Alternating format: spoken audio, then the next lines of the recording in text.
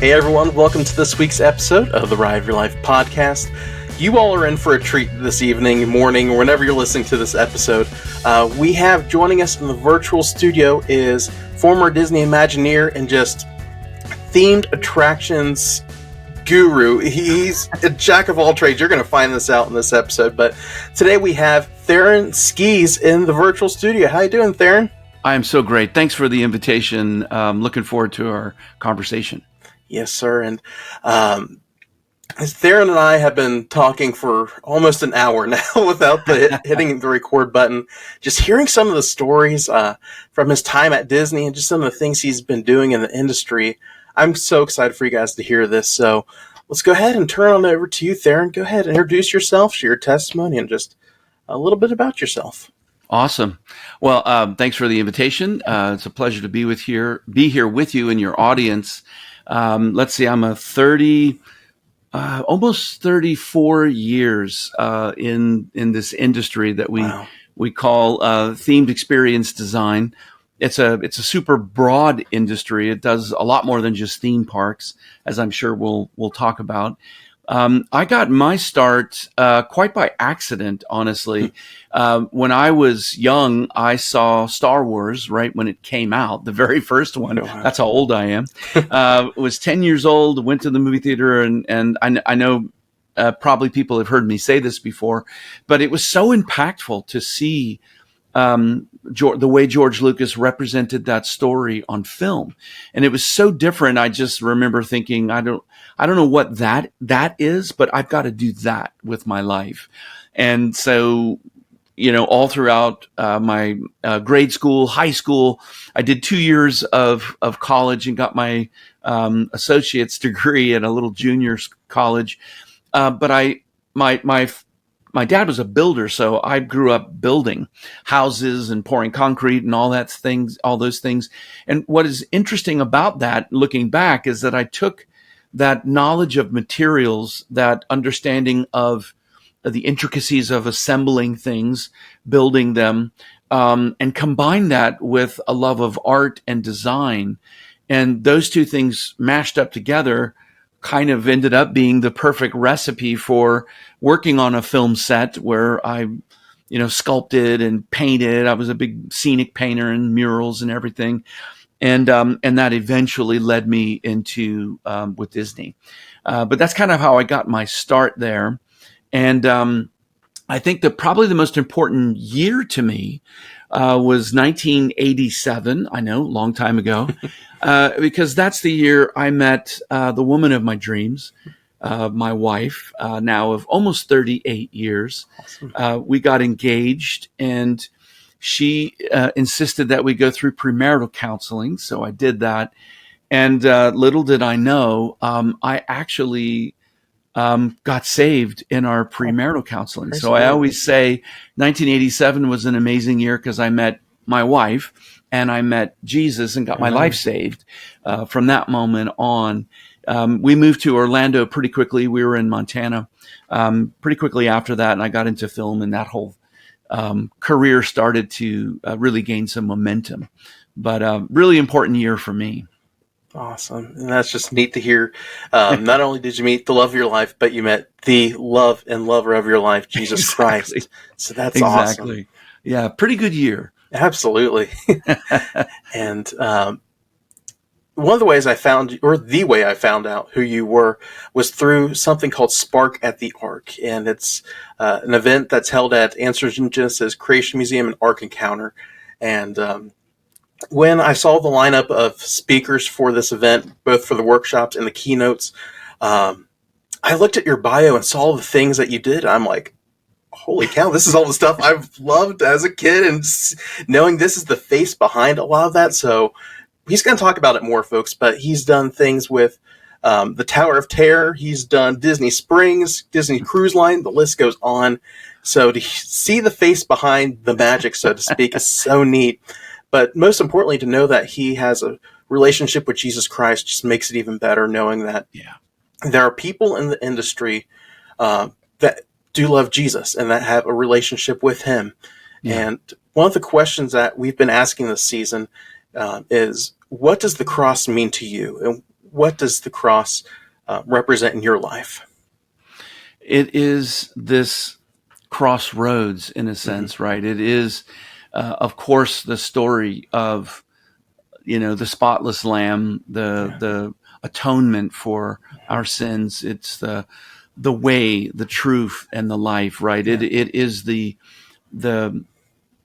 path into the kingdom through Jesus. And I think it of course has all of those meanings to me, but it really showed me who Jesus was as a human, as a man. And I love the fact that he was born. He came through the womb. Yeah. And, we don't know much about his 30 years, right? We know a lot about his 3 years of ministry and of course his fulfillment of prophecy and everything. But I think it's amazing when you think about the path to the cross took 33 years. So 30 years to truly understand our condition, the human condition. He could have descended on the Mount of Olives. He could have taken human form.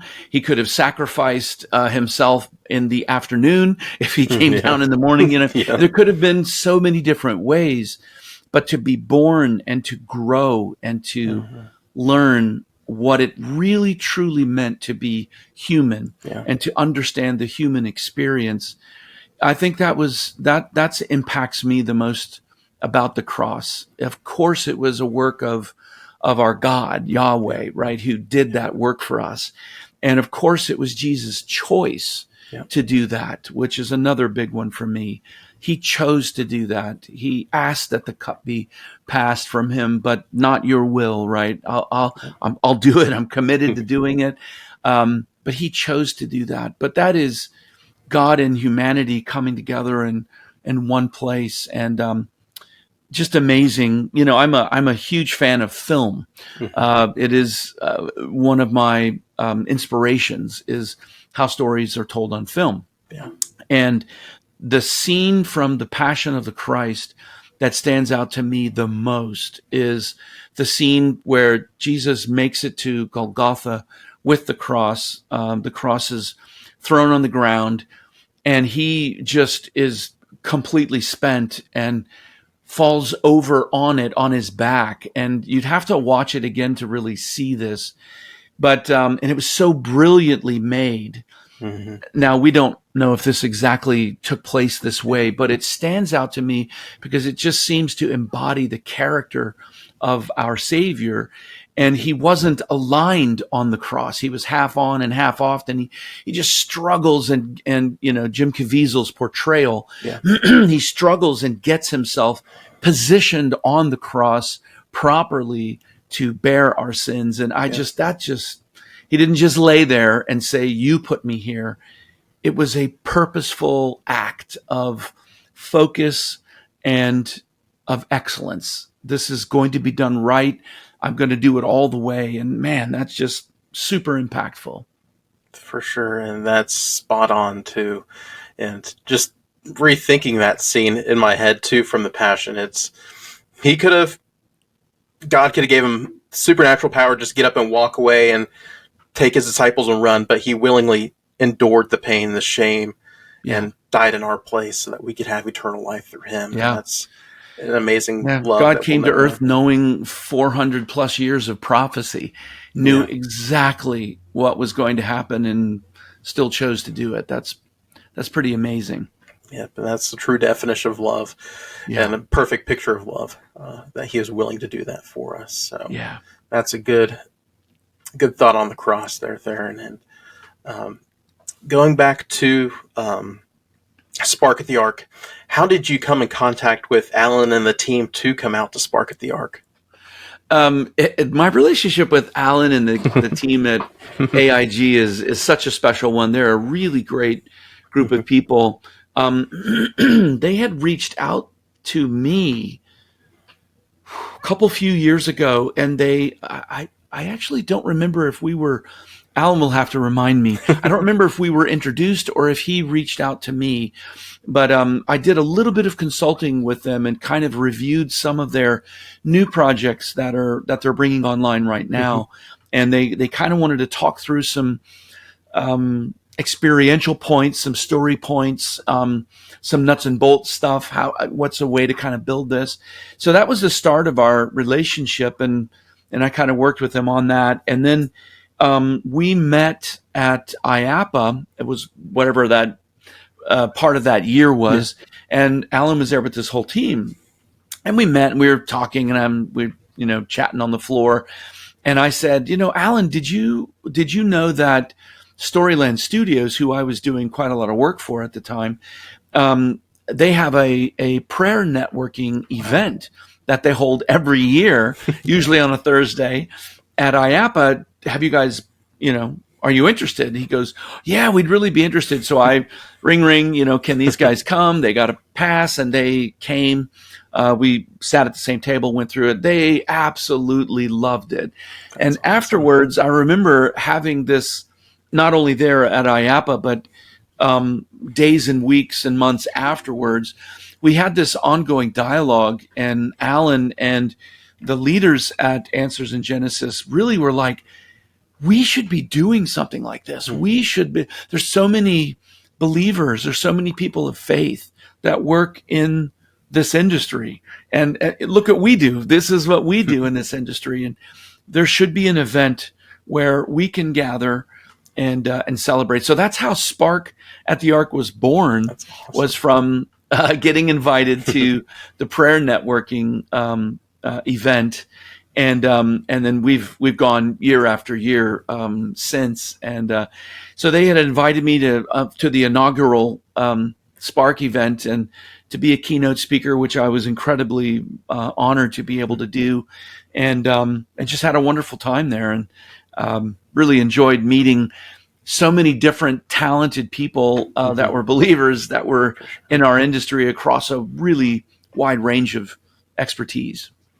Yes, and it was a really neat event, and that's really neat to hear that you had a role in this event coming to fruition. Just that invite, and then to hear the story of the IAPA prayer meeting is that's amazing. And I didn't know that existed until Alan said, yeah, we met a few people and promoted at this event. I'm like, what? That's so neat. This exists? What? Yes. But that it's well populated. I mean, it's I think it's a couple hundred people that go there. Wow. Now. Yeah. That's encouraging to know that there's folks who work in the industry that are of like faith in mind and believers. Yeah. That's really neat. You don't necessarily need light in places of light. You need light in places of darkness. Yes. And the most beautiful thing about the contrast between light and darkness is in a dark room, even the smallest fiber optic light is seen and makes a difference and changes the atmosphere in whatever size room that you're in where the lights are off, right, where it's dark. Yes. So I love that illustration. And when you look across an event like that and you see so many different, like-minded people who are out there every single day making a difference and making an impact, it's really encouraging. You can't come away from something like that and not be, totally pumped up. That's so neat. And this is a question I was going to ask later, but what are some ways that you've been able to be a light in the industry of themed attractions, entertainment, and just experience? How have you been able to show the light of Christ, the love of Christ to those that you work with? To me, it's a daily walk. It's a letting your walk and your talk align. I know before I got saved, I never liked people who were very forceful, and I found that turned me personally off, and I built more of a wall when somebody said in a way that we would understand it as believers, done in a way that wasn't really discerned, right? Yeah. It was just more generic and more aggressive. That's not the way it's meant to be done, right? You're meant to know the people that you work with. You're meant to meet their needs right where they are, so that when you talk about your faith or about the idea of Jesus or salvation, you're doing so from a place where they can already see that of course you're like this. Why? I'm not surprised. Wow, of course. You don't cuss, you don't do these things, and you represent this way and stuff. And when there are openings and God shows you, hey, this is an opportunity, you take it. You talk to people, you encourage people, you pray with them. And the goal isn't necessarily, and I know this is against the culture of the modern day Big C church, and that is that the goal isn't salvations. The goal is telling people about how your life has changed and what it means to you, right? You plant the seeds. Others are there to water and weed and possibly harvest. And I think if you have that perspective, it hopefully engages you in a way where you can use the skills that God gave you in that way. Now, others are extremely passionate. They're born of a different mindset. Their heart is in a different place, and more power to them. That's fantastic. For me, it was the opportunity to work alongside a consistent set of people and be consistent. And that was not always easy.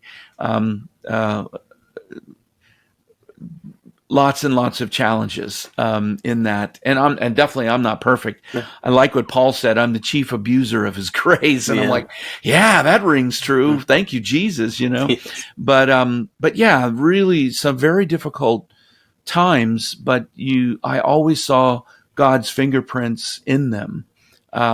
Always, that His plan, always showed through. So that was always beautiful.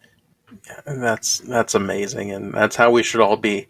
If we call ourselves a Christian, we ought to be like Christ, no matter where we're at, whether it's work, home, school, wherever we find ourselves. We need to be shown in the light of Christ. And I don't know if you attended his session or not, but David Zellner, he spoke on the workplace and how he worked at Six Flags. I believe it's Six Flags over Georgia, and how people knew he was a Christian just the way he treated them. Yeah. And when he made a mistake, he made it right with them on the spot. And they knew to the point where they could trust him if they needed to talk to somebody about something going on in their life. And if they needed prayer, they could pencil in a time to go in and meet with him and pray with him. I thought that was amazing. And that's nice. It's really great. Yes. And that's how we should all be. Being dependable, I think, there's so many just base level attitudes and actions that we need to have, right, as believers. I think as human beings, but I know that cultures shift and there are different values in every generation. So the way that I was raised and the way I raise my kids is probably different than the way people do it now. I would call them base level values. But even if you don't like that, you can always go back to the way that we were told to treat people. Yes. And those base level values fit in scripturally very, very nice. And that's the thing about the world is when when like what Jesus said, right? If you love your neighbor as yourself and you love God with all your heart, your mind, and your strength, there's no laws against that. Yeah. And if you do that, you won't ever break laws, right? Because you're seeking to do those two things. It's not 55 things. It's not 790 things. It's two things, right? Now that affects everything that we do, and it is completely against what our flesh wants to do. Yeah. But I love the fact that He made it a little easy for us. Yes, He did. Just two things. Just keep remembering these two things. Love God, love people, and then that's seek first the kingdom of God, and everything will pan out, and all the chip will fall into place. So true. There's back to your cross, right? Love God, yes, and love people. Yep, love that. Yep, and Christ is in the center. So good stuff. And then all these years, the Lord has just prepared you for what He has you to do now. And we're going to go ahead and dive right into some of the neat opportunities God has allowed you to do in the industry. So let's go ahead and open up your portfolio and go ahead and just share with our listeners some of the amazing things you've been able to do in this amazing industry. Certainly. As we were talking beforehand, I grew up in a household where my dad was a builder. So I got very familiar with what hard work was like. I got very familiar with showing up to basically a raw site with piles of materials, and then through labor and, thinking and measuring and planning and strategy, and you end up with this beautiful functional thing, and you could stand back and have the pride of that accomplishment. So that my childhood, all the way into my young adult years growing up, that's what I did. I worked with him every summer, every day off. We were always pounding nails or pouring concrete or erecting metal or whatever. And so that was really great. I was also really kind of naturally gifted as an artist. And I used school to help me hone those skills. Of course, I practiced a lot and everything, but there's some technical skills associated with painting and drawing and airbrushing, and eventually I got into model making and scale drawing and drafting and all those things. And so school helped me with that. But I got really tired of school, and I did a 2-year degree at a junior college. Met the woman of my dreams, and we got married. We were quite young. I was 20 and she was 18. And so I never went back to school. And I had a dream to be in the film business. So that's just contextually where we were. We moved to Orlando at that time in the 80s. It was Hollywood East, and all these studios were being built. And I was able to get into the movie industry. And I used my construction skills and my art skills and combined those together and did a lot of scenic painting and sculpting. So I'd paint murals. I would make plywood look like marble or concrete. And it was a very interesting job and a really interesting time. And I did that for a few years.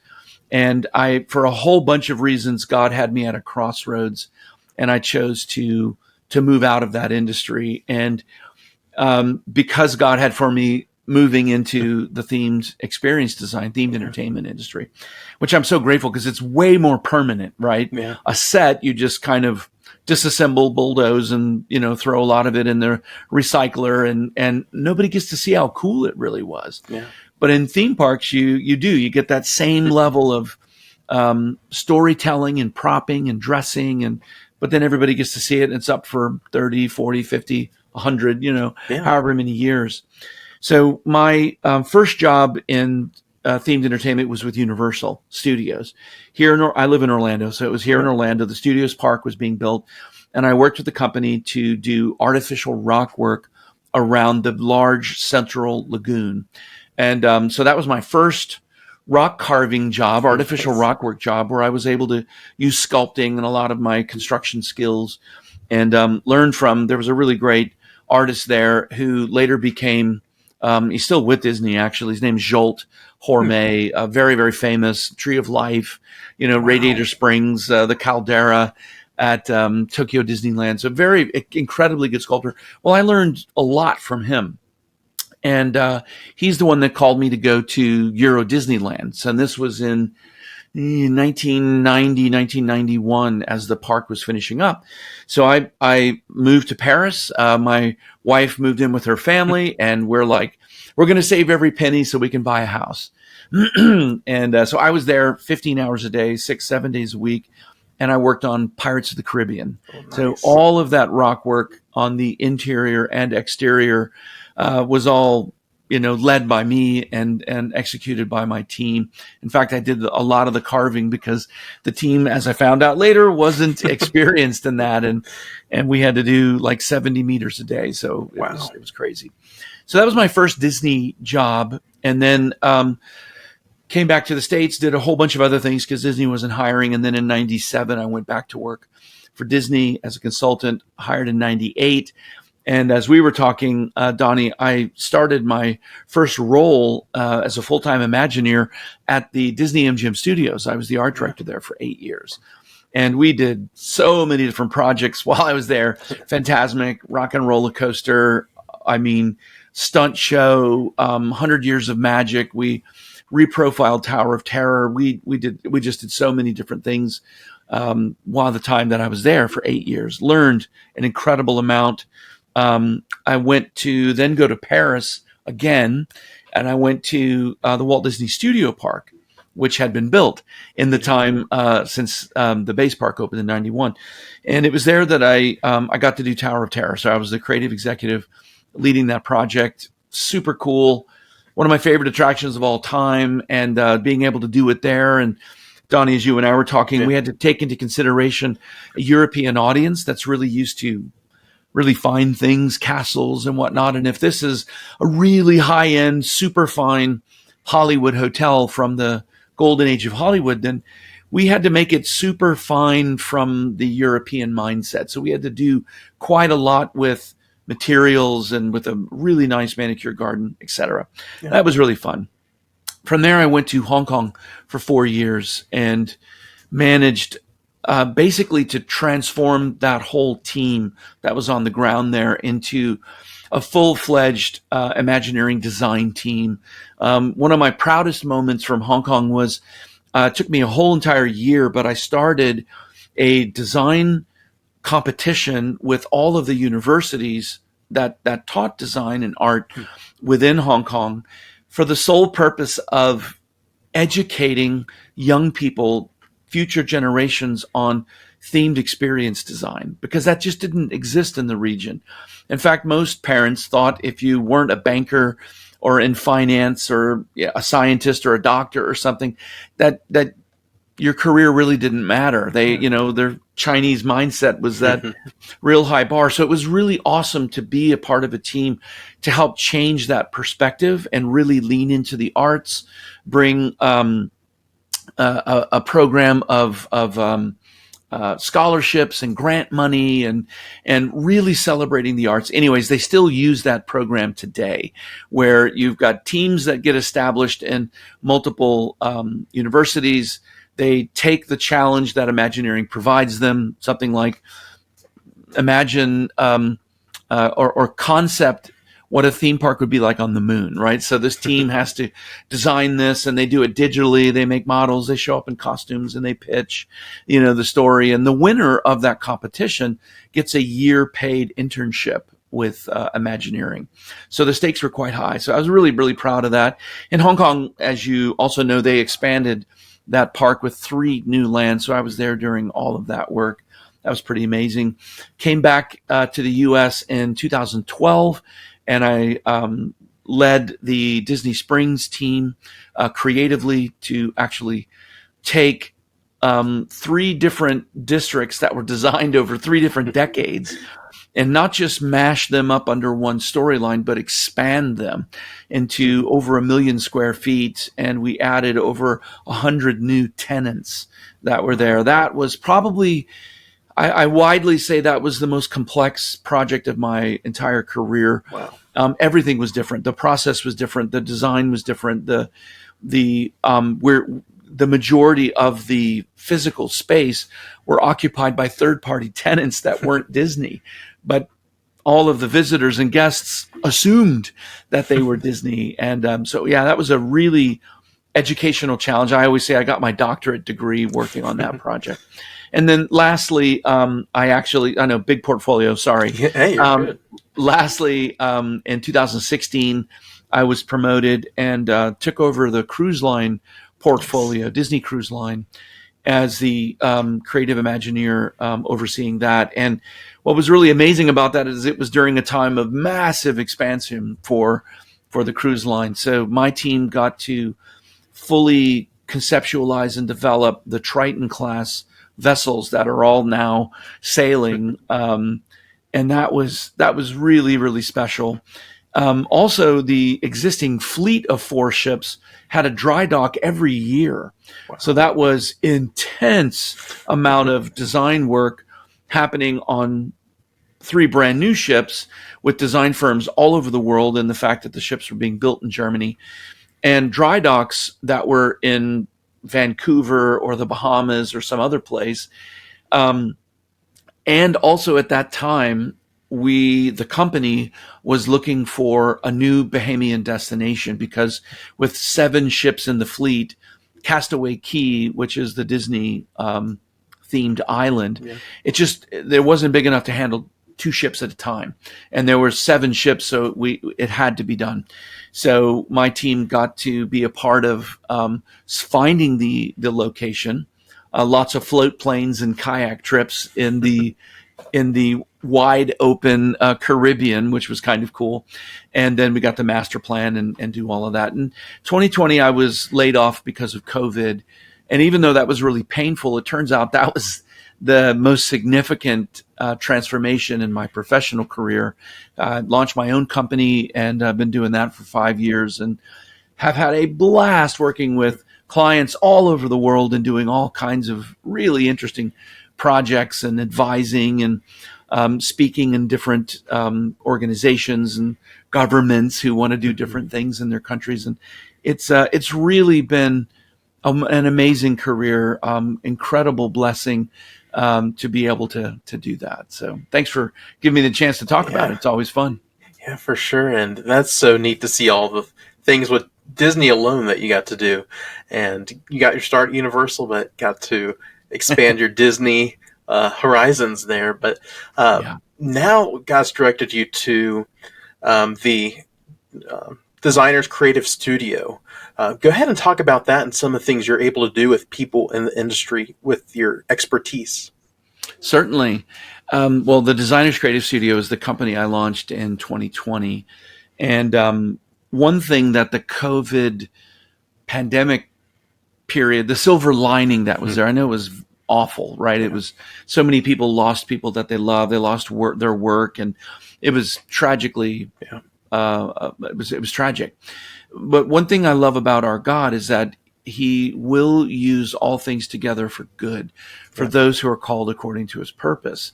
And I love that passage in Romans, because that's what you hang on to when you're in a place where you're like, I'm dangling from this thread out over this black abyss. I have no idea what's there. I have no idea if I'm climbing up, if I'm getting lowered down. I don't know what's going on here. And that gives you some of that reassurance. And so during that time, I was able to ask myself the hard questions. Am I always going to be a theme park guy? Do I do attractions?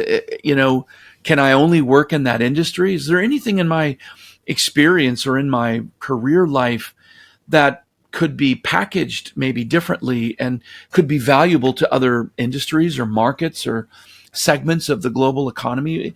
What do I know, and would it be valuable? Those are the questions that I was asking myself, and I did a lot of research and a lot of reading. I was furloughed for 7 months, so lots of times locked indoors like all the rest of you guys. And what I came up with was lots of praying, of course, too.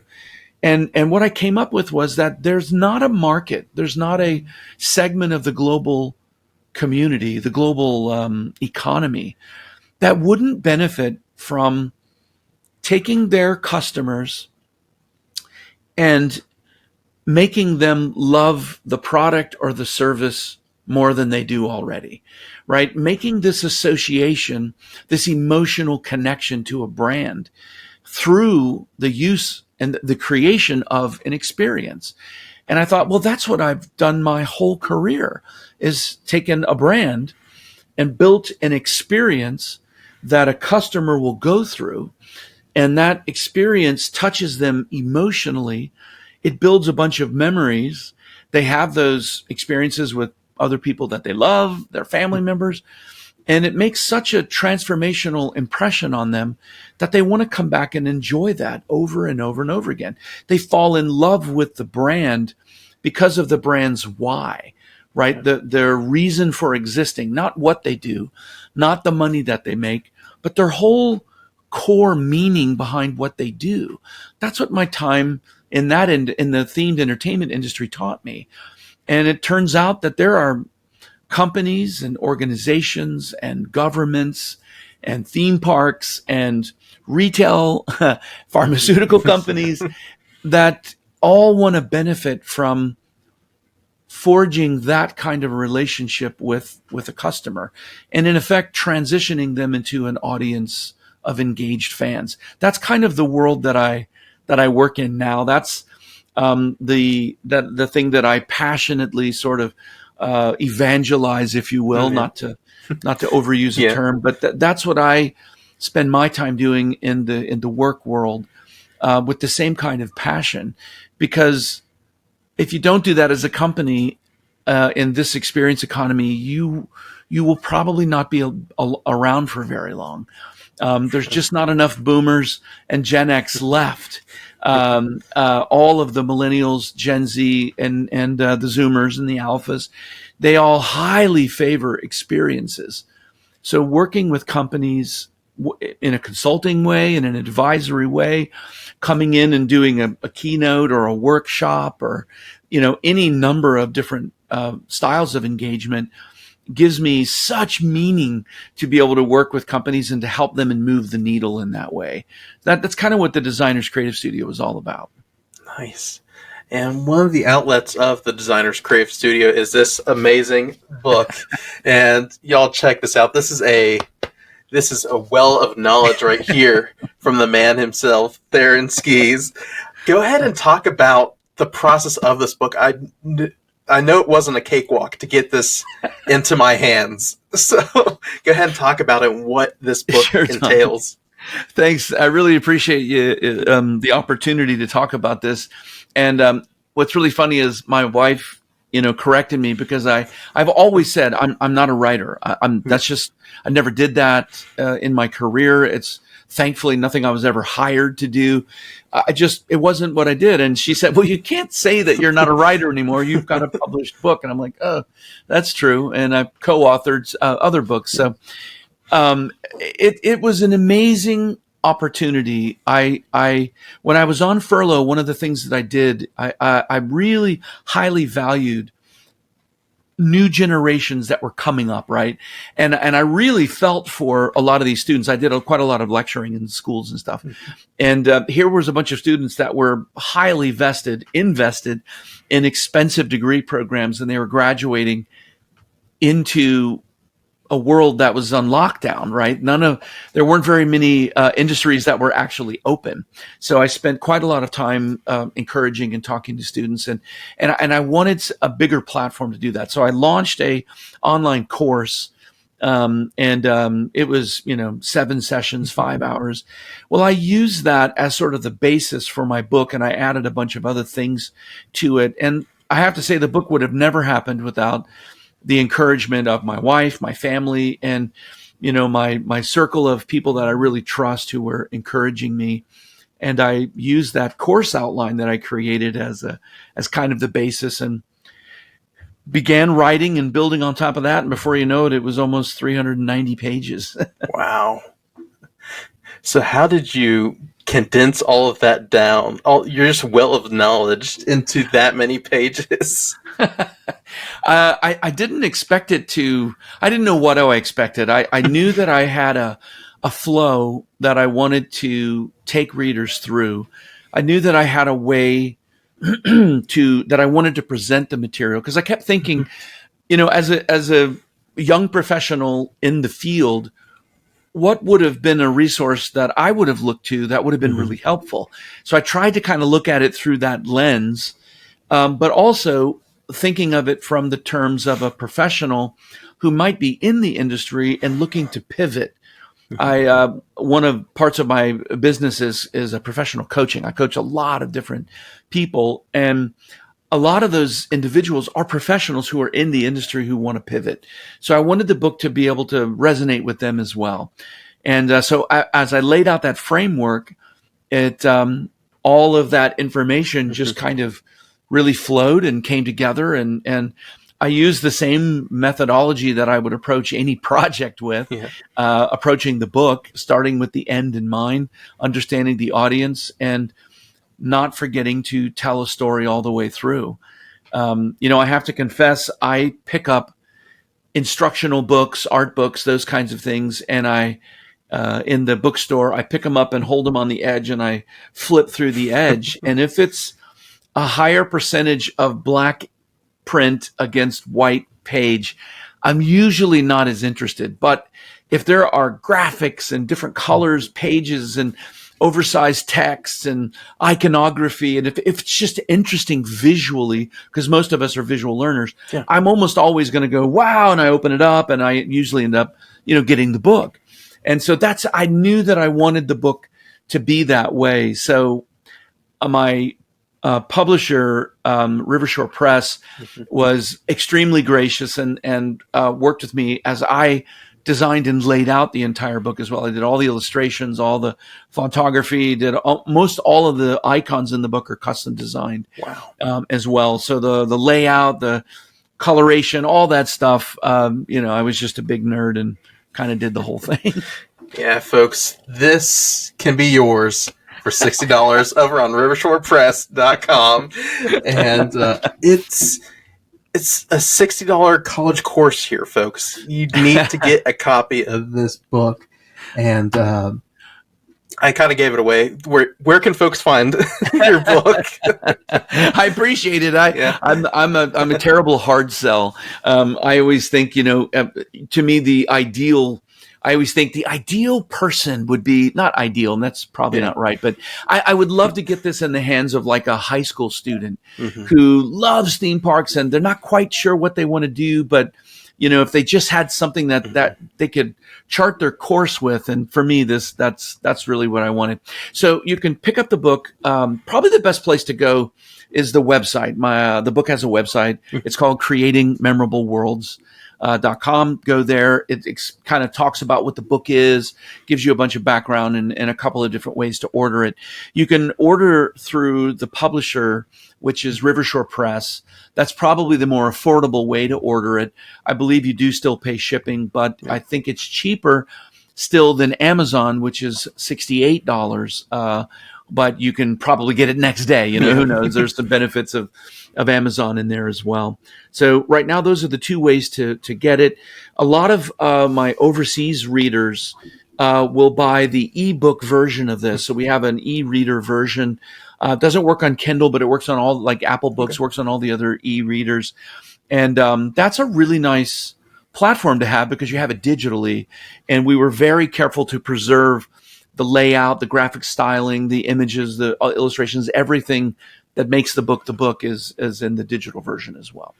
Awesome. And while you're there, I'm not sure if it's still a combo, but you can also grab this other book that Theron helped write too on how does Disney do that. So if you're a Disney nerd, if you love the industry and all that, definitely get a copy of this as well. So that's neat. James, the author there is James Warda, really great Disney fan. And there's tons of podcasts and interviews out there of the two of us, so I won't bore you with that. But how we forged a friendship and a partnership, putting that together was a really cool story. And so it also allowed me to kind of stretch my writer's ability and really learn before I jumped into my own book. Awesome. And you mentioned it there, but you have your own podcast.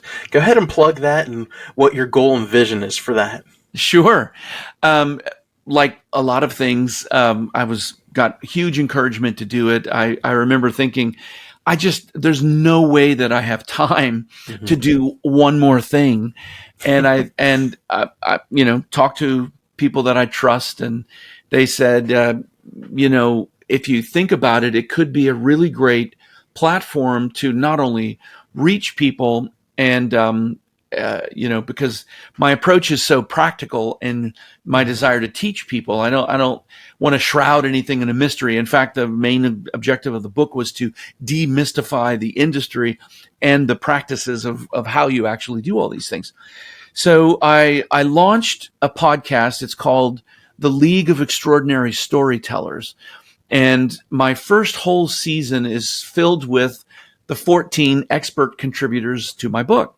Now, these are professionals, legends that have been around for as long as me, maybe a couple of them a little bit longer than me, and they contributed, into all the various sections of the book. And what I really love about that is it's not just simply my perspective, although 90% of it is. These folks are contributing their experience, their stories, their wisdom and knowledge as well. So all 14 episodes of my first season will be all of these contributors. I'm actually recording episode 9 on this Friday, and I'll drop that. I drop them on the 15th of every month, and you can find them wherever you tune in to enjoy podcasts. Like this, I use Riverside as well, but like this, it's a video podcast. You can certainly listen to it on Apple, Spotify, Amazon Music. It's in a bunch of different places. It's on my YouTube channel as well. And the last thing I'll say, the podcast itself has its own website as well. So that's the League of Extraordinary Storytellers.org. You can check that out. It's got all the episodes there, a lot of interesting information. Nice. And so the other night, we had a roundtable discussion with some folks in the industry, those who've purchased Theron's book. And he mentioned the podcast, so I had to go ahead and subscribe to that. And I'm on episode 2, and I love it. And nice. The episode I'm listening to now is on creating immersive, entertainment experiences. And what was the lady's name on that? I forget. Stacy Barton. Stacy Barton. And yeah, it's just neat to hear from the people in the industry that you've been able to collaborate on this book. So it just makes the book come alive even more. So that's really neat. Awesome. Well, I'm so thankful that you were a pre-order reader. We launched it we announced it, I should say, last November around the IAPA timeframe. For your audience members that don't know, that's a very, very the largest trade show exposition in the themed entertainment industry. So we announced it then, and I was a little bit nervous because it was 6 months or 7 months before the book would actually be printed and in their hands. And I was really happy. As 260 people pre-ordered the book. Wow. So as a part of the gift for pre-ordering, you get a Reader's Roundtable webinar. So that's what Donnie was able to join. Plus, you got a signed, numbered copy of the book. So it's only 250 of those. Yeah. So, there you go, folks. You have to fight me. Yeah, you'll have to fight me over it, people. But seriously, get a copy of the book. Listen to the podcast, especially if you're wanting to get into the industry. Yeah. It's, like I said, it's $60. Well worth it, and it's a lot cheaper than having to pay all the college fees and everything. But this really is gold right here, and I know you'll enjoy it. I'm making my way through the book, and I just love everything that I've been able to read so far. And the book even begins just talking about the basics of the industry, knowing what a theme park is and what an amusement park is, deciphering the two, and just getting you the definitions and what the different roles are, which I looked in the back of the book. It's crazy how many roles there are in this industry. How many are there? I know there's a good few pages worth of titles. Well over 100. I tried to capture the broadest possible spectrum of roles that could exist. I'm sure there's way more than that, but I just tried to grab the 100 or so that seemed the most obvious to me. Some of them might be a little bit obscure, but I wanted to kind of push the boundaries. The whole goal was that a reader could pick up the book from any background, with any level of education, and read about the possibility for them to be in this industry and working successfully. Donnie, when you get a chance, you should flip to chapter 9, because that's the last chapter in the book. And I wrote it in kind of a progressive way so that you could build on each chapter's knowledge. And when you get to chapter 9, it's called The Story of You. And the whole idea is to help the reader to extrapolate value from every chapter and give them the tools that they need to do a really good self-evaluation. How are they wired? What skills are they blessed with? What, focus do they have? Where do they, really come alive? And what are the things that are like, man, I don't really like to do that.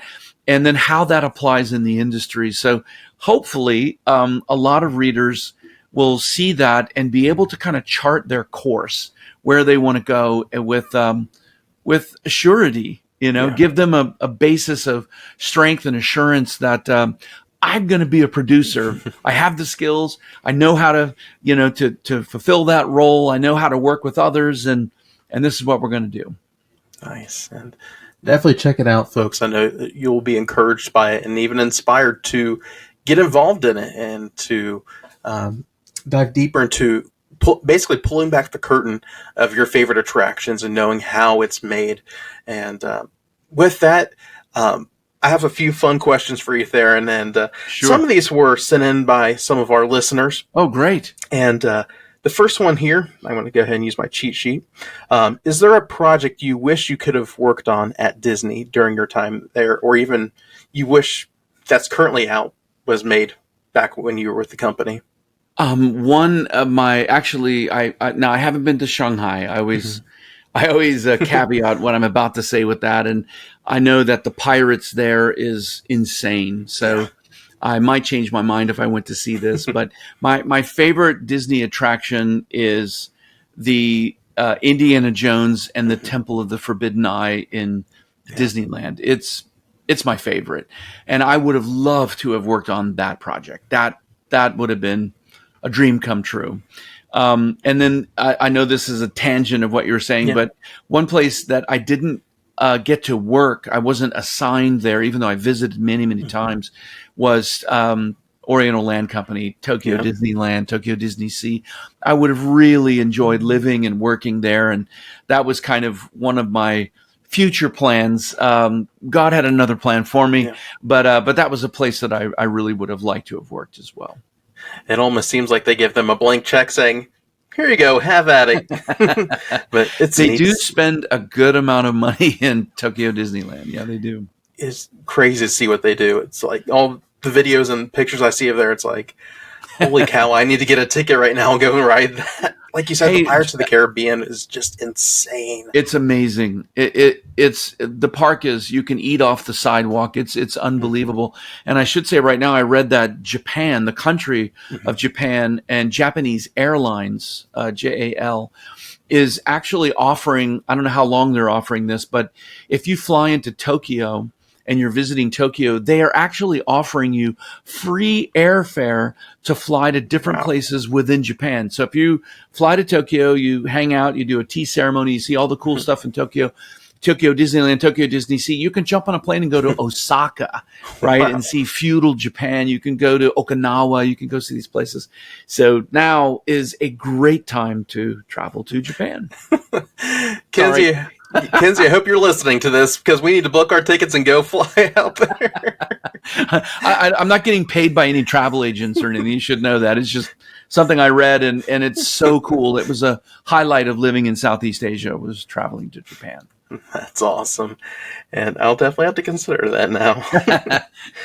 But this is one I've asked a few of our guests who either are fans of the industry or are in the industry. But if you were given the task to create Disney's fifth gate in Orlando, what would be the overarching theme? What are some of the environments and lands you would like to bring, some of the IPs? And what would be the e-ticket attraction? Wow. Probably longer than the time that we have remaining to do that. I don't know that I have. I don't know that I would be like, oh, we got to have this, we got to have that. I think what I would say is I would love it to create a park where Disney brought to life wholly new intellectual property, brand new storylines, brand new, not based on the 568, IP that they purchased, but something brand new, something completely different. I think that would be absolutely amazing. I I grew up watching the Muppets, so it's very sad that they didn't do more with the Muppets when they had them. So I'd love to see more of that kind of thing, underutilized IP that they could do a lot more with. I think would be pretty amazing. I know it's a general answer, you're not fine. specific, but But along those lines, what's your favorite underrated Disney movie or IP? I really liked The Rescuers. Yeah. I thought those two films were really, really well done. I like that. Underrated IP. I really liked The Incredibles. Yeah. And I know that stuff's been done with The Incredibles, but in my opinion, not enough. What I really love about them is that the whole basis of the story arc is that it's a family that has to work together to actually, overcome the antagonist, right? The villain. And I love that messaging, and it's not really represented in a lot of Disney IP. So I thought that stood out, and the idea of larger than life heroes. And I don't know, I would love to have seen a lot more done with The Incredibles. Which, side question here for that, have you seen the Fantastic Four movie that just came out? Have not. I heard some bragging and raving about it. So some people have compared it to The Incredibles. They say that's the vibe that you get from that movie. Very cool. Just it goes back to that wholesome family Disney movie. That's awesome. So I definitely have to see it. Yes, and I will say that Disney knocked it out of the park on that movie. It is really good. But one last thing I would say is I think it would be really great for Disney to do scary a little bit differently. Yeah. And I don't know what that means exactly. It's not somebody running around with a chainsaw. I mean, that's not the brand. It's Universal's brand. It works for them, works for their audience. But doing something a lot more sophisticated, a lot more emotionally engaging, and a little more smaller scale. I think that would be really great. When I was with the cruise lines, one of the things that I really was pushing them to do was to go smaller. Ritz-Carlton came out with the smaller yachts, right? And several other cruise lines have kind of reversed the mega liner trend and have gone smaller. And I just think Disney's long been known for, hour-long waits and 10,000 people. And I just think it'd be neat if they could do some boutique things a little bit smaller scale. And I don't know how that's possible, but that would be cool. It's almost like they need to do something with Hollywood studios during the Halloween time. And they got the Jollywood Nights now. If they could bring in the villains, that would be really neat. They love their villains. Yeah, exactly. So, and then some other questions that we have from some folks was, who is the coolest person you've been able to work with? Coolest person I've been able to work with. Wow. That's a long list. But one that sticks out the most. Well, I would have to say I feel very blessed to have been able to work with a few of the what I would consider second generation Imagineers. Well, actually, in one case, it was first generation Imagineers. Marty Sklar. Wow. Working alongside Marty in quite a few ways. I contributed to one of his books, and it was a real cool thing to be able to do that. To meet and talk with John Hench was pretty amazing. We never worked together on anything, but having that touch point to the first generation of Imagineers was really, really great. Craig Russell, who was my first episode of my podcast. Yep. Amazing individual, great communicator, fantastic leader. Probably one of my best leaders was Craig. I worked with a couple of gentlemen on Imagineering side in SQS, so that we called it Show Quality Standards. George Head, who has passed away. Great leader, incredible talent. kind of this gentle giant. He was a very tall guy, big guy. Patrick Brennan was another very influential figure in my career. He teaches actually right around the corner here at University of Central Florida. So I could probably go on for the rest of the night, but that's probably enough. Yeah. From a Disney perspective, those were some of my, the legends I got to work with, some of the heroes. Did you get to work with Joe Rohde at all? Oh, yes. Yeah, of course, Joe Rohde. Joe Rohde and I worked together on a couple of different things, and he is a brilliant storyteller for sure. Yeah, and a good guy. Yeah, he's one of those guys you think of when you think of Imagineering, especially with Animal Kingdom as a whole. He's done a phenomenal job with that park. Absolutely. Yeah, how do you miss Joe Rohde? Yeah. I got a dangling little idea, but what has been your favorite project you've worked on? That's a hard one too. I love them for different reasons. I mentioned to you, I think off air, that Disney Springs was probably my most complex project where I learned a lot from. I don't know. I guess let me pick the cruise line simply because it was so interesting to take the theme park experience, which there's no lid, right? There's no roof. It's park. It's sky. Of course, you have buildings that you go into, but it's this big scale. And when you get on the ship, you have to kind of bottle that emotional connection to an environment, and you have to put it in an interior, and which to a layperson sounds immediately like an extremely limiting scenario. So I think for those reasons, channeling and funneling creativity and capturing sort of the best of Disney in the cruise lines was a spectacular experience. I enjoyed that a lot. And nautical design was completely different, something I'd never, ever done before. In fact, all of the roles that I got assigned to do, I'd never done before. So every single time, talk about that in the book quite a lot, about learning, adapting, implementing, and mastering is the cycle, where you're in a new situation that causes you to learn. You have to learn to be able to even function, and that learning causes you to adapt the things that you do, the ways that you do things, the way you think, the way you lead, the way you interact with people. And after you adapt, you have to implement.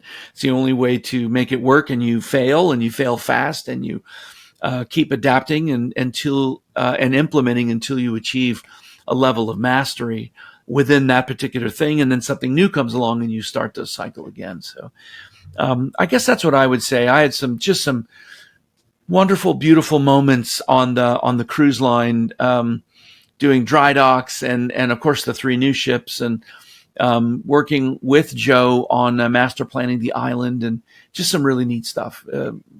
Great memories. Awesome. And then the last one that was asked was, what was it like being a Christian at Disney?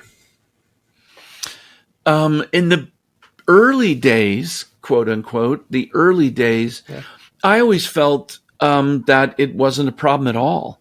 As an employee in the company, you're constantly taking learning information. You're always training. You're always doing modules, and within the company, a lot of those are probably legal, but it was training. It was culture. It was what the company was, and always in that information, it was, everybody is equal, right? It doesn't matter your gender. It doesn't matter your religion. It doesn't matter the color of your skin. These things don't matter. What matters is that we're building these experiences for the world of people that look like all of us. Yeah. And so I never felt ostracized.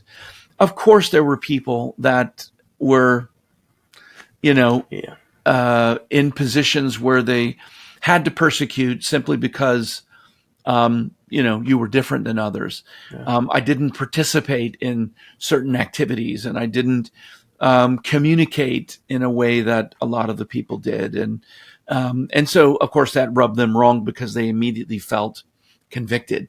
That conviction wasn't from me. That was from the Holy Spirit. But that was kind of the way that it was. Now, as I returned to the U.S. and the culture shifted in the U.S., and we've all been through it, right? We all saw what happened. So many companies adapted and began catering to a very small niche segments of the population, and began celebrating some pretty deviant ways of life. And unfortunately, the company did that, and they no longer, even though the materials that they had represented this level of equality and this level of corroboration between everybody, they didn't act that way, and they didn't really celebrate that any longer. So what ended up was a fair amount of differentiation, and you really had to make a choice every day. How am I going to act when I go in today, right? And those intentional, those opportunities gave you the ability to be very intentional with that. Okay, I've talked the talk. Now I'm given the opportunity to walk the walk. And those times come with difficulty. But, anything worthwhile, this is the way that I was raised, is worth an effort. Comes with an effort, right? Anything you get for free, you typically don't appreciate as much unless it's salvation and redemption. But if somebody hands you something, you typically, it's not as valuable to you as when you've worked for it and you've feel that you've, put your time in to represent something that's important to you at a core level. Yeah, that's a good answer there. And it's when people know that you're a Christian, that's when you have to shine your light brighter than ever before, as we talked about earlier. And also, you have to be real, and you have to be ready to take stands that are tough, but at the end, the Lord will bless you for it. Yeah. So. No doubt. I think what was also very helpful is, and it was a lot of the studying and what I had done and learning. And I was really clear. I've always been really clear. I've not always executed it excellently, but I've always been clear on my list of priorities, right? My wife knows that she's second in my life, and she's very happy to be second. God is first. Yeah. My wife is second. My family is third. My ministry is fourth, and my job is fifth. A job at the end of the day actually is really only designed to pay for your existence, right? Yeah. And those of us that, are in a situation where we really love our job, it makes it very difficult. It's like people who are in ministry.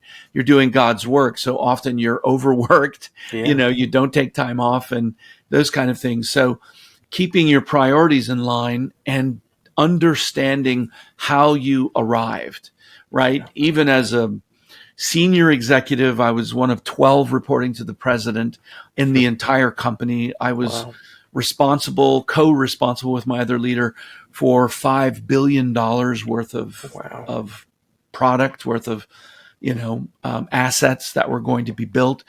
And it could have been really easy to forget that God blessed me with the core abilities that I had to even be able to get the job, and blessed me with all of the opportunities for learning.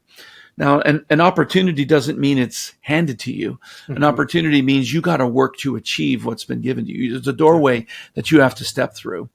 And so it would have been easy to have shifted my thinking that, well, I did this. This was because of me. And of course I deserve this because, and you see that happening. And I'm extremely thankful for being very dialed in to my family and creating that balance and having that relationship where I really worked hard. And I think was very successful at staying humble all the way throughout that thing. So I think knowing where all those things come from, it's very difficult for a person to get to lose hope.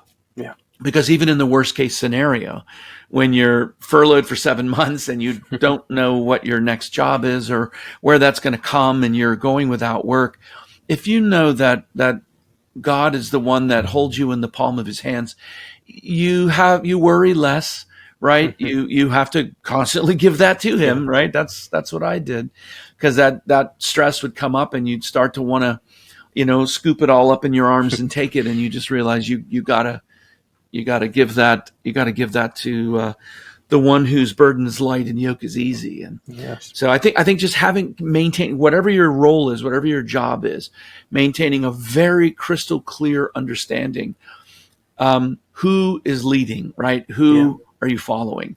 And if you are following the way and the one, you're going to be okay, no matter how tough it gets. That's some really good thoughts there, and encouragement to every one of us.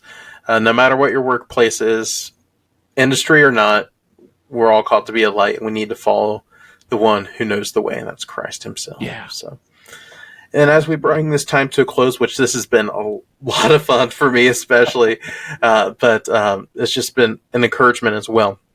Wonderful. To hear from your heart for the Lord. So it's been encouragement for me in that, knowing again that there are people in this industry that truly love the Lord and want to use their gifts, talents, and abilities he's given them to make an impact. And it's so awesome. So, I mean, God blessed us with 5 senses as humans, right? So to be able to model Elohim, right, the creator God, and to be able to kind of model that and have a job that, I mean, we call it creative, but we don't actually create. We just kind of copy everything that God's done.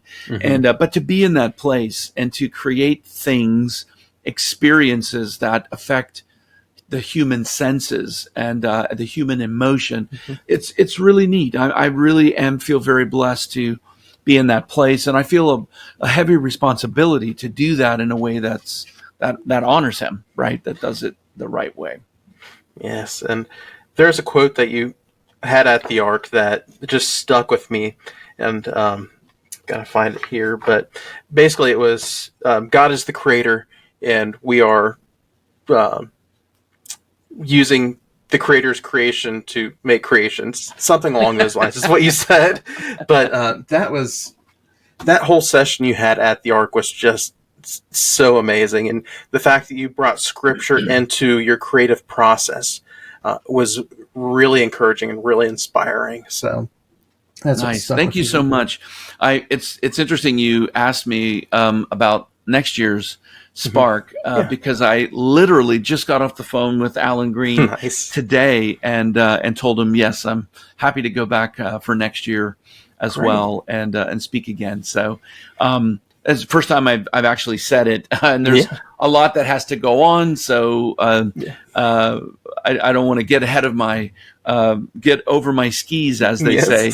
But yeah, I would love to go back and speak again. And any of your audience that has the ability to get there, I know you'd be incredibly impressed with the Creation Museum, with the Ark Encounter, and just with the Answer in Genesis people. They're really, really great, highly creative people. Yes. Great event. Was that your first time at the Ark and Creation Museum? Yeah, first time. Never been before. So what were your I traveled thoughts on the Ark? with my wife. We went together, and it was amazing. We didn't have enough time to see as much as we wanted to, so I'm excited that we can go back and see it again, and really, I really want to pour through it and spend a lot more time. We spent a lot more time in the Creation Museum than we did at the Ark Encounter. It's just the way that the time worked out, and but it was awesome. Really enjoyed it.